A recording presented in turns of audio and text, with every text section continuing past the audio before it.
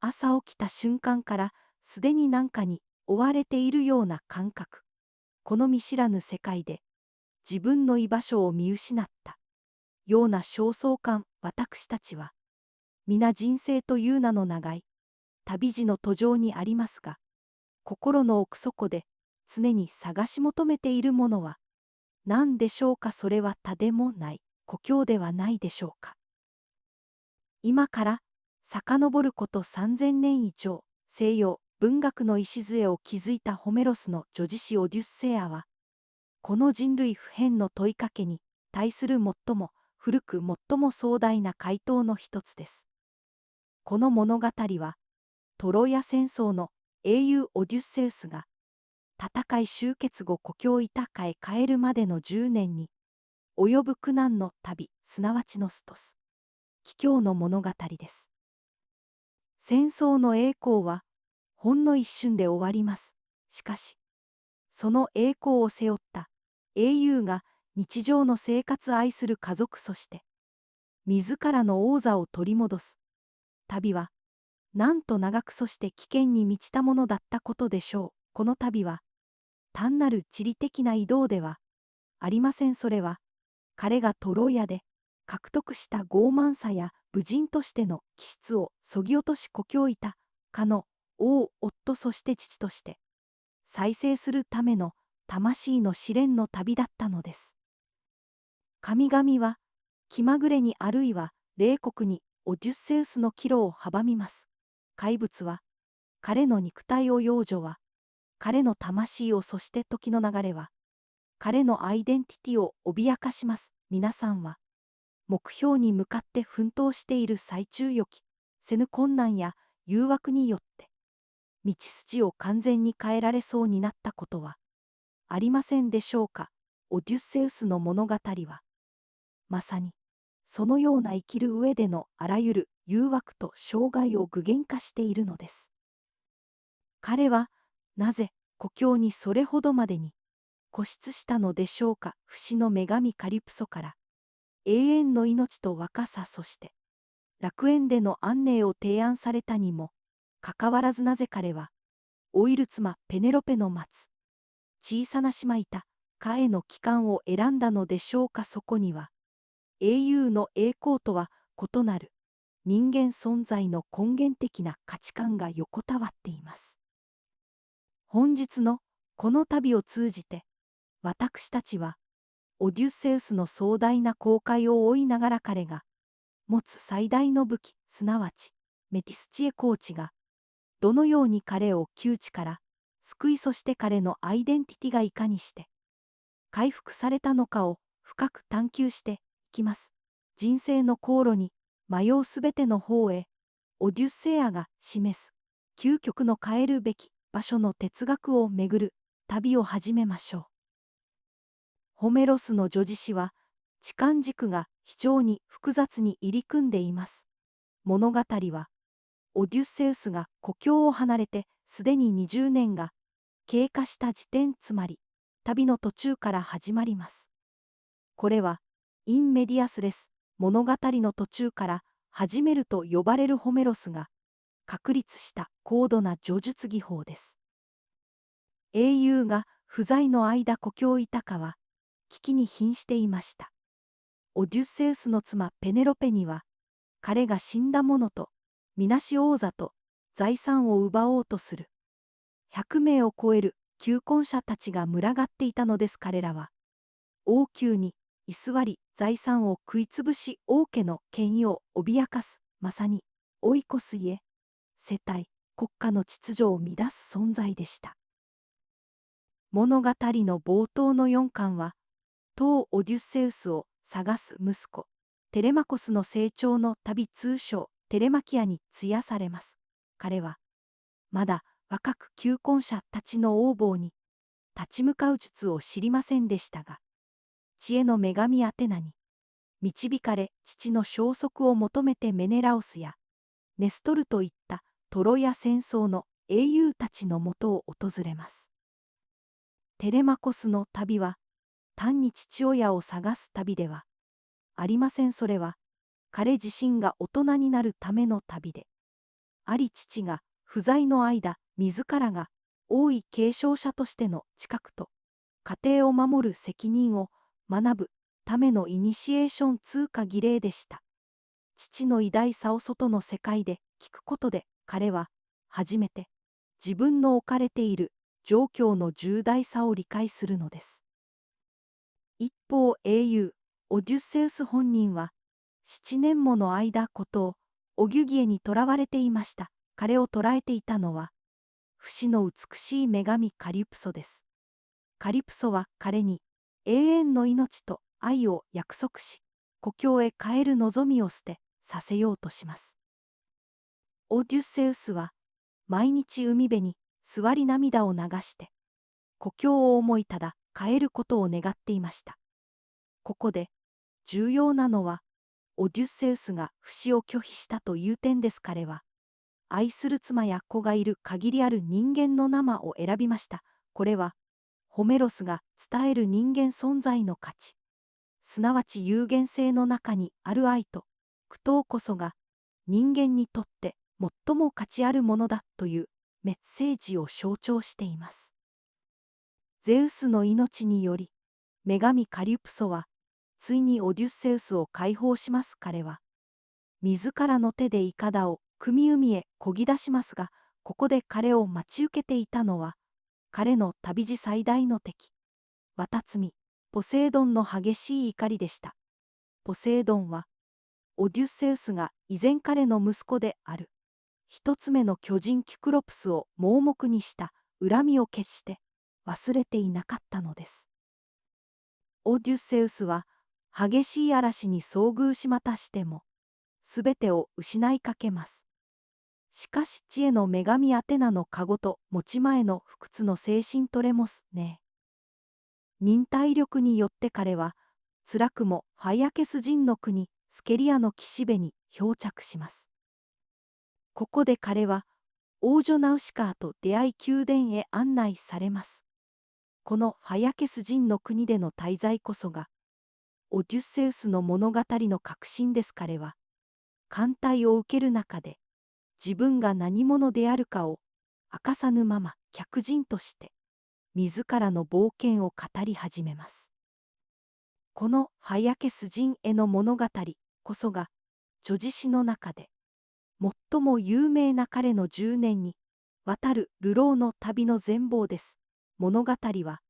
トロヤを去ってからの最初の大失敗から始まります。最初の重要な試練は一つ目の巨人キクロプス、ポリペモスとの遭遇です。オデュッセウスと彼の部下たちは好奇心からキクロプスの洞窟に入り込み閉じ込められてしまいます。そして部下たちはホスピタリティのオキテクセニアを完全に無視したポリペモスに食い殺されてしまうのです。ここでオデュッセウスは彼の最大の武器であるメティスチエコーチを発揮します。彼はポリペモスに甘いブドウ酒を飲ませて酩酊させ、自らの名前をウーティスすなわち誰でもない何者でもないと偽ります。そして巨人が眠り込んだ隙に熱した杭でその一つ目を突き刺すのです。目をつぶされたポリペモスが助けを求めて叫びますが、ウーティス何者でもないが私を殺そうとしているという彼の訴えを聞いた他のキクロプスたちは、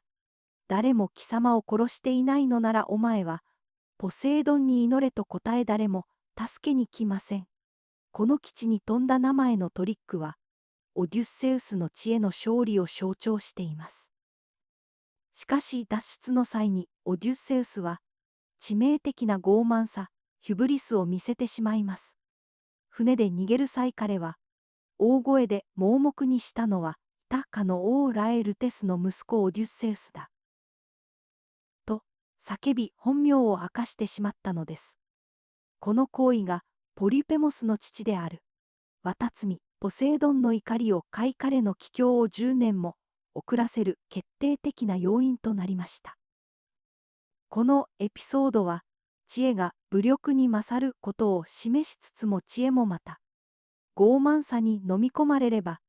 自滅の道を開くという教訓を私たちに示しています。知恵は常に自制心と体になって初めて真の力を発揮するのです。彼の旅は続きます。魔女キルケーの島では、部下たちが豚の姿に変えられてしまいます。キルケーの魔法は、人間から理性を奪い、本能的な快楽のみを求める獣の姿に変えてしまうという、人間の本質を失わせる誘惑のメタファーです。オデュッセウスは、ヘルメスの助言によって、毒消しの薬毛流を受け取りキルケーの誘惑を退け部下たちを救います。しかし彼は、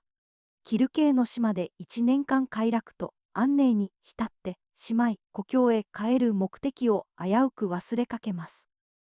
この物語は、快楽は長期間にわたれば目的意識を麻痺させる最大の敵となることを示唆しているのです。キルケーは、オデュッセウスに帰郷の道筋を知るために少女には、許されない場所死者の国冥界へ下るよう命じます。これは、カタバシス冥界効果と呼ばれる、英雄物語における重要な通過儀礼であり彼は、そこで、過去の英雄や預言者テイレシアスと会います。冥界で、オデュッセウスは、トロヤで死んだ仲間や、彼の母アンティクレアの魂と再会します。そして、預言者テイレシアスから、故郷イタカでの未来の困難と、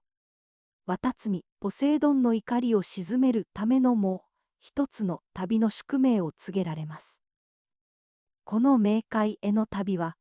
オデュッセウスが自らの運命と人間の限界そして、死すべき運命と向き合うことを意味します。この経験を経ることで彼は、故郷へ帰ることの意義を再確認し、より深い決意を固めることができたのです。帰路には、さらに2つの恐るべき誘惑が待ち構えていました。一つは、歌声で船乗りを誘い、ナンパさせるセーレーンです。セーレーンは、単なる美しい声ではなく、この世のすべてを知る知識を、ささやき聞く者に抗い、がたい魅力を与えました。オデュッセウスは、キルケーの助言に従い部下たちの耳には、牢を詰め自らは、自らの意志でマストに体を縛り付けさせます。彼は、知識の誘惑に屈することなく、その危険な魅力に耐えることを選びました。これは、目的を達成するためには、時には、自らの欲望や好奇心を外部の力によって、強制的に抑制する必要があるという極めて、現代的な示唆を与えます。もう一つの試練は岩の怪物スキラと巨大な渦潮カリブディスの間を通過することです。これはどちらを選んでも甚大な被害が出るというリーダーシップにおける究極のジレンマを象徴しています。オデュッセウスは全滅の危機を冒すカリブディスを避けスキラに6人の部下を奪われる道を選びました。彼はこの悲痛な犠牲を不可避な状況下で、最も被害の少ない選択をするという賢明な判断として受け止めます。これは、チエメティスが感情論ではなく、現実的な計算に基づいていなければならないことを示しています。しかし彼らは、最後に太陽神ヘリオスの聖なる牛に手を出してしまいます。オデュッセウスは、部下に固く禁じていましたが、飢えに耐えかねた部下たちは、彼が眠っている間に牛をほふり食べてしまいます。この不従順と食欲による最終的な裏切りが船と部下全員の破滅を決定づけました。オデュッセウスは、一人いかだの残骸にしがみつき、カリブディスの渦潮を再び乗り越え漂流します。彼は、この時すべてを失い完全に何者でもない存在となったのです。彼の長大な旅の物語を聞き終えたファイアケス人たちは、その冒険の凄まじさに感動し、オデュッセウスを惜しみない贈り物と共に故郷イタカへと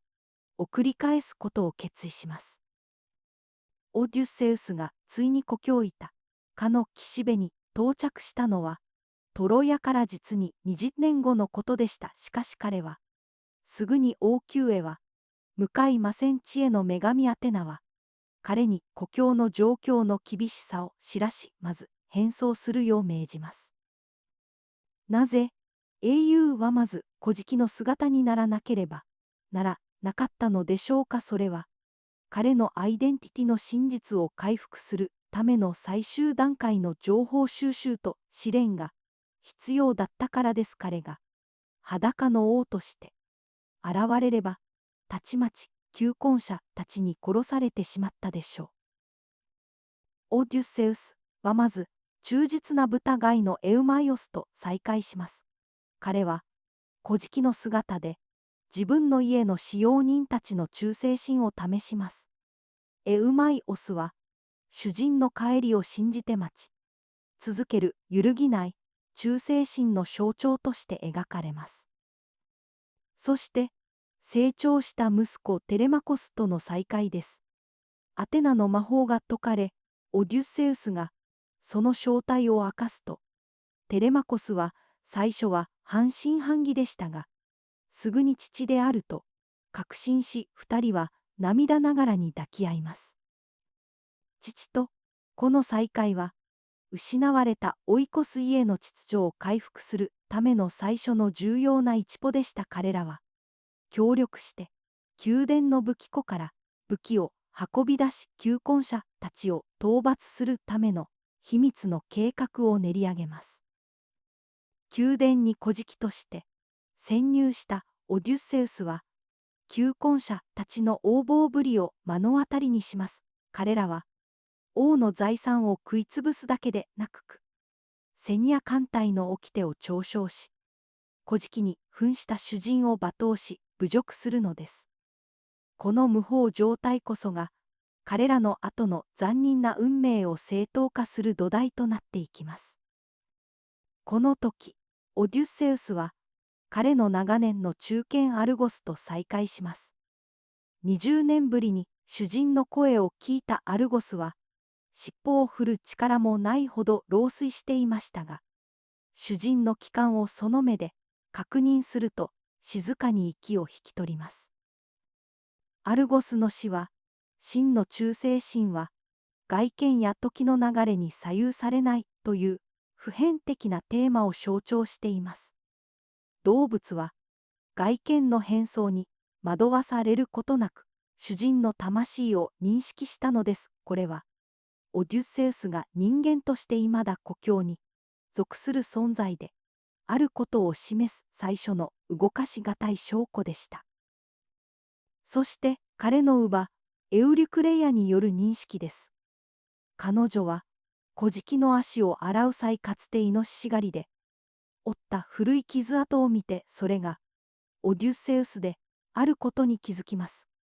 傷跡は彼が変装の下に隠すことのできない過去の経験とアイデンティティの物理的な証でした。この時点でオデュッセウスのアイデンティティはすでに3人テレマコス、アルゴス、エウリュクレアによって確認されています。しかし彼が最も重要とする人物妻ペネロペは未だ彼を信じることができません。ペネロペは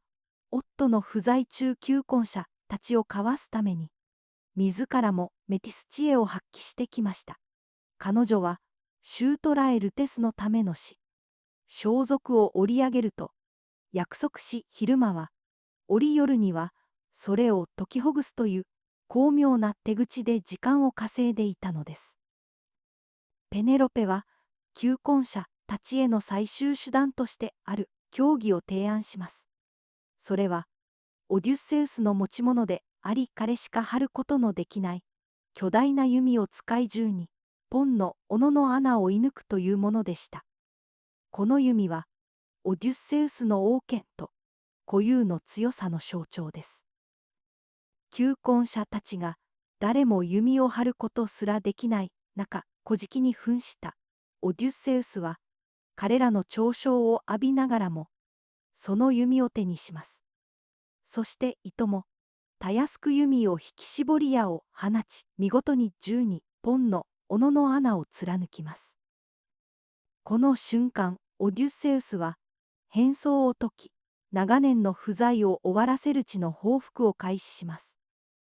テレマコスと忠実な部下たちの助けを得て彼は、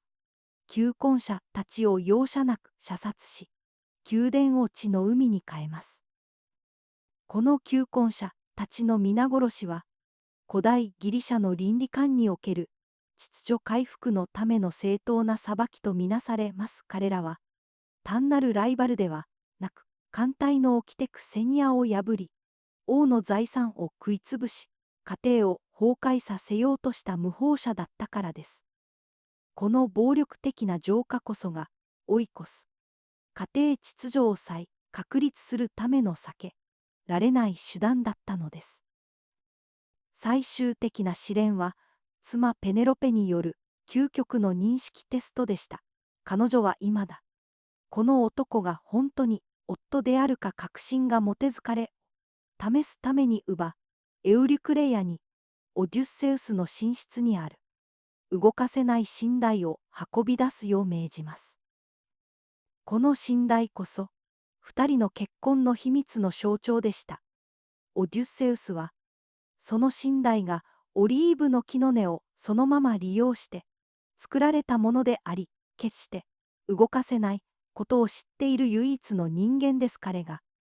この秘密を語った瞬間、ペネロペはついに確信し、二人は20年間の苦難の末に再会を果たします。動かせない寝台は、彼らの夫婦の絆、そして故郷豊かの秩序が大地に根ざした揺るぎないものであったことを象徴しています。物理的な場所だけでなく、共有された記憶と秘密こそが、オデュッセウスの真のアイデンティティを証明したのです。オデュッセアの物語は、単なる冒険譚として終わるのではなく、この故郷への帰還とアイデンティティの回復を達成するための人間の知恵と忍耐力の勝利として結実します。この叙事詩が数千年を経てもなお、私たちに語りかける普遍的なメッセージとは何でしょうか。一つ目は、人間は有限な生を選ぶからこそ輝くという点です。オデュッセウスは、不死の女神カリプソの誘惑を拒絶し、老い死に行く運命にある妻ペネロペと自身の故郷を選びました。これは、限りある時間の中で愛と責任を全うすることこそが、人間にとっての最高の充足であるという、ヒューマニズム的な価値観を明確に示しています。二つ目は、チエメティスは武力ビアに勝るという教訓です。トロヤ戦争の英雄たちは武勇で名を挙げましたが、オデュッセウスは知恵と欺瞞、そして知性心によって神々や怪物を出し抜き自らの命を守りました。現代社会においても困難を乗り越えるために必要なのは単純な力ではなく、状況を理解し冷静に戦略を立てる能力、すなわち知恵であることは変わりません。三つ目は、故郷は失われたアイデンティティを再構築する場所であるという洞察です。オデュッセウスは長年の放浪によって社会的な地位や名声を失いかけましたが、故郷豊かでの試練、忠誠心のテスト、弓の競技、信頼の秘密を通じて失われた王としての自己、夫としての自己を一つずつ証明していきました。これは私たち現代人にも通じるテーマです。長期の海外赴任キャリアチェンジ、あるいは人生の大きな危機を経て、私たちはしばしば自分は何者なのかという根源的な問いに直面します。オデュッセウスの物語は、変えるべき場所の存在が変わってしまった自分を再び受け入れ統合するために不可欠であることを示しています。では、この壮大な叙事詩は、現代の日本社会に生きる私たちに具体的にどのような教訓をもたらすのでしょうか。一つ目の教訓は、カルペディエム今を生きるとノストスキ教のバランスです。カリプソの島での7年間やキルケーの島での1年間は、現代の私たちが直面する目的を見失わせる誘惑に酷似しています。無限に続くエンターテイメント、即座の快楽あるいは際限のないキャリア追求は、一時的な充足感を与えますが、なぜ自分はこれをやっているのかという革新的な問いを忘れさせます。オデュッセウスはそれらを経験しつつ、二つ目の教訓は、忍耐とレモスネーは最大の戦略であるというものです。オデュッセウスは故郷に帰ってからもすぐに正体を明かさず孤寂として宮殿の屈辱に耐え続けます。この長期的な視点に基づく我慢は彼が求婚者たちの全貌を把握し勝利するための絶対的な条件でした。現代の複雑な社会、特に組織内で大きな目標を達成するためには、短期的な怒りやプライドを抑え状況を冷静に見、三つ目の教訓は、真のアイデンティティは親密な関係性の中で証明されるということです。彼は公的な地位や武力でなく、傷跡や信頼の秘密といった個人的な共有情報によって妻や乳母から認識されました。これは私たちが素や外的な地位で構築する仮想のアイデンティティではなく、家族や親友との間で築かれる本質的なアイデンティティの価値を再認識させます。オデュッセウスの旅は、人生における困難、誘惑そして喪失をすべて含んでいます。しかし彼は、そのすべてを乗り越えて究極の目標である故郷を回復しました。私たちが旅の途中でどれほど道をそれ、どれほど多くのものを失おうとも最終的に立ち戻るべき場所、すなわち自らの根源的な価値観、家族との絆、そして自己の真実を失わなければ必ず再び力強く歩み出すことができる、この希望こそがこのオデュッセアの物語は、ジェームズ・ジョイスのユリシーズやダンテの新曲といったその後の西洋文学に計り知れない影響を与えました。特にジョイスはアイルランドの平凡な一日をオデュッセウスの壮大な旅に重ね合わせ、現代の平凡な生活の中にも叙事詩的な試練と奇境があることを示唆しました。また、この叙事詩が提起する自己の内面への回帰というテーマは、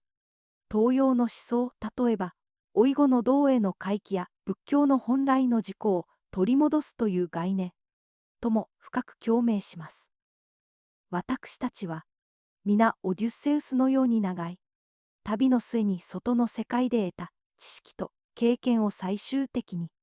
自分の家という小さな秩序の中に戻し統合しなければならないのです。オデュッセウスが歩んだ道は、私たち一人一人の人生を映し出しています。私たちは故郷から旅立ち世界という名の荒海で知恵と力を試され、誘惑と苦難を乗り越え、そして最終的に愛する人々のもと真の自己が安らげる場所へと帰還します。この旅路の中で私たちは何度も自分ではないものになろうとします。しかし故郷が崩壊せずに待っている限り、私たちは最も大切なものが何であるかを常に思い出すことができるのです。もし今あなたが人生の岐路に立ち、旅路に迷いを感じているのなら、立ち止まってください。そして自らに問いかけてみてください。私にとっての動かせない信頼の秘密とは何か私にとっての豊かはどこにあるのかと。その答えは、遥か遠い神話の世界にあるのではなく、あなた自身の心と、あなたが大切に守り続けてきた日常の中に、静かに息づいているはずです。英雄の帰郷とは、自らの人生を全うし、定められた運命を受け入れ、その上で、自らの場所を取り戻す究極の人間的達成なのです。この壮大な物語を通じて、あなたの知的な旅が、より豊かなものとなることを心より願っております。また次の作品でお会いしましょう。